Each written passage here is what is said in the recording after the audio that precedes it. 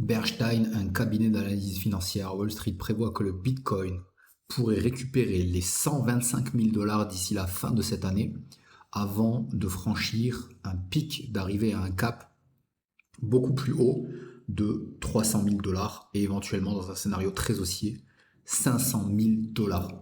Je suis assez content de lire ça. Ça rejoint un petit peu l'analyse que j'ai réalisée sur les dernières vidéos, de savoir que si effectivement le bull run a commencé la semaine dernière, jusqu'où ça peut nous mener si nous sommes sur une impulsive, donc la première jambe impulsière en 5 vagues, de la grande impulsive en 5 vagues qui dure 3 ans.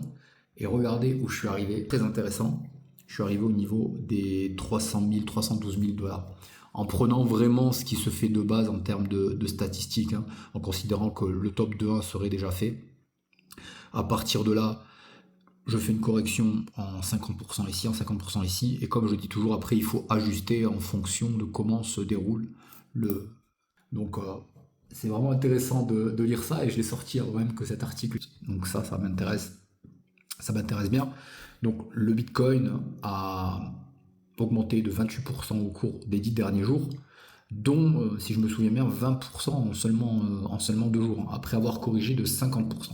Quand nous étions à 126 000 dollars, c'était compliqué d'imaginer un Bitcoin qui allait descendre à 80, à 60, et même en deçà, où on est allé même visiter les 58 000, même en deçà, un petit peu en dessous, à 57 000 dollars. Donc, on l'a fait, on a corrigé de seulement 50%. En termes de Fibonacci, ça nous donne un ratio de 61,8. J'avais expliqué qu'on avait toujours fait au moins 78,6 de Fibonacci en termes de retracement. Donc je vais remontrer ici, hein.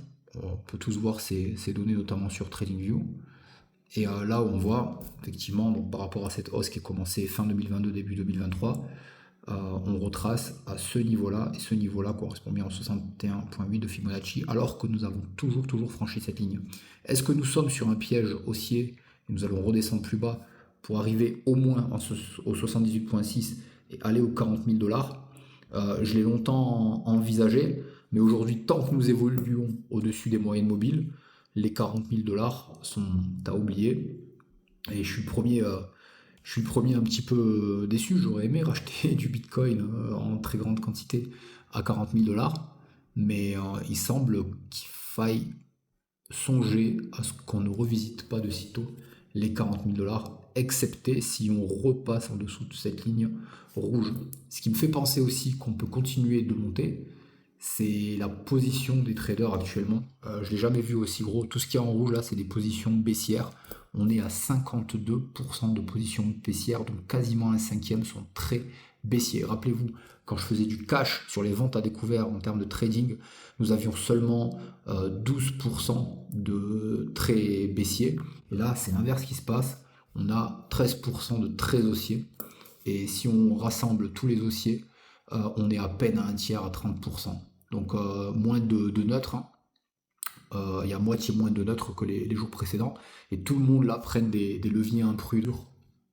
Les ventes à découvert, alors beaucoup de fonds, d'actifs qui rentrent sur les ETF, sur le Bitcoin. Donc ça, c'est vraiment très intéressant. Cette taille entre les haussiers, qu'on appelle les boules, les taureaux contre les bers, qui sont symbolisés souvent par des ours.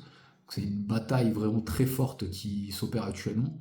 Et ce que je vais montrer aussi, c'est les niveaux de liquidation qu'on peut tous lire ensemble. Donc, serions-nous en train de voir une montée du prix technique en liquidant tous les leviers qui sont pris là sur des paris à la baisse? Alors, plus c'est foncé, plus les leviers sont importants, jusqu'à un levier 100. Et on peut voir évidemment que le marché, donc en vert c'est les achats et en rouge c'est les ventes. Et le marché va chercher comme ça les liquidités. Et les fluctuations qu'on a pour moi, cela peut être une montée de prix technique. Et quand on passe à un certain niveau, donc dans un premier temps la moyenne mobile à 200 jours et dans un second temps, si on passe cette résistance ici en bleu à 82 000 dollars, alors là ce sera évident pour tout le monde qu'on est haussier et on aura des effets de je ne veux pas manquer le train, je veux aller sur le Bitcoin. Et on a beaucoup plus de gens qui s'intéressent puisqu'on voit ces derniers temps une montée des recherches du Bitcoin à travers le monde entier, à l'international. Donc très intéressant de lire tout ça. Donc le prochain cycle pourrait voir Bitcoin atteindre les 300 000 dollars. C'est le scénario que propose Bernstein en nous montrant ce graphique des cycles comme ça. On avait atteint un premier top historique à 20 000 dollars. Puis ensuite les 62 et 69 000 dollars, donc on arrondit à 70. Les fameux 100 000 qui était le cap psychologique et les 126 000 qu'on a connus en octobre dernier. Puis ensuite la correction. Donc si on a vraiment commencé le bull run, alors on corrige de moins en moins fort et moins en moins longtemps.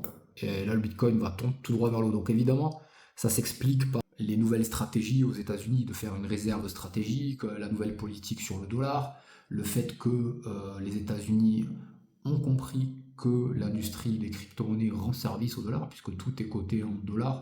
On protège notre capital en USDT, USDC.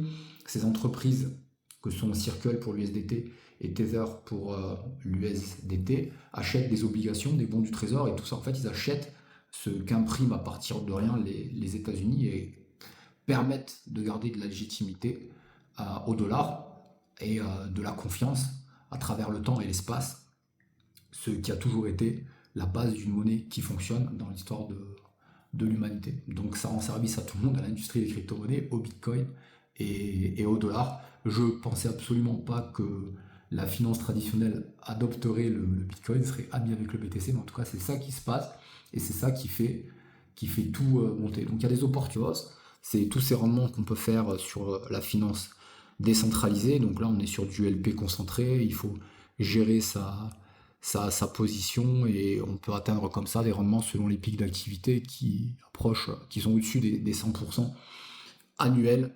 Donc il y a vraiment des très bonnes opportunités qui se présentent.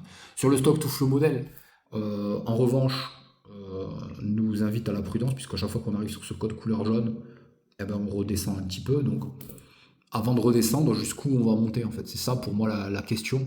Tant qu'on est au-dessus de cette ligne rouge, j'essaie pas de deviner le marché, etc. Moi je regarde la tendance, je prends le temps d'écouter le marché.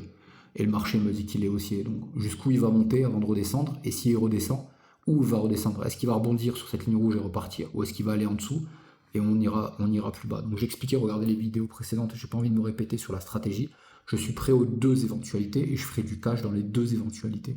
Donc sur le court terme, je peux être un petit peu perdant, et je dis bien un petit peu, mais sur le long terme, je gagnerai parce que j'ai des convictions fortes sur le Bitcoin. Je ne sais pas si on va aller effectivement à 300 000 dollars, parce qu'il se peut aussi qu'au lieu de faire une grande impulsif ou 3 ans, il se peut qu'on fasse une grande ABC, et à ce moment-là, ça nous ramènerait à peine au-dessus du dernier top historique, ou alors maximum à 195 000 dollars. Mais ça, l'avenir nous le dira, il faudra regarder comment ça se développe, tout ça. Mais en tout cas, ce qui est quasiment sûr pour moi, c'est qu'on ira au-dessus des 126 000 dollars. Évidemment, c'est pas du tout un conseil en investissement, hein. Les conseilleurs ne sont pas les payeurs, c'est très important. Ici, c'est des vidéos éducatives pour que chacun, justement, puisse faire sa propre réflexion et construire son plan. Un autre aussi que j'ai montré hier et que j'ai envie de remontrer encore parce que c'est vraiment pertinent pour moi, c'est les bitcoins qui sont en profit. Donc à partir des données qu'on a de la blockchain, puisque tout est transparent, on voit que la plupart des gens qui détiennent des bitcoins, il y en a seulement 70%, de 70 à 75% qui sont en profit, et après être passé en pastille bleue, c'est-à-dire à seulement 60% de personnes qui sont en profit au moment où le prix est à peine au prix que ça coûte d'extraire un BTC, alors là on repart ensuite sur de longs mois, voire de longues années de bull run. Donc on a beaucoup plus d'arguments pour moi haussiers que baissiers. Donc dites-moi, j'aimerais connaître mon audience bien connaissante un petit peu plus, savoir si vous êtes all-in crypto et si vous vivez absolument de la crypto. Si vous êtes en mode j'accepte la volatilité et je tiens contre toute tempête, si vous êtes en mode trader, en mode DeFi, si la volatilité vous impacte émotionnellement, etc., ça serait vraiment intéressant. Et on a évidemment les groupes Telegram et Discord pour discuter tous ensemble.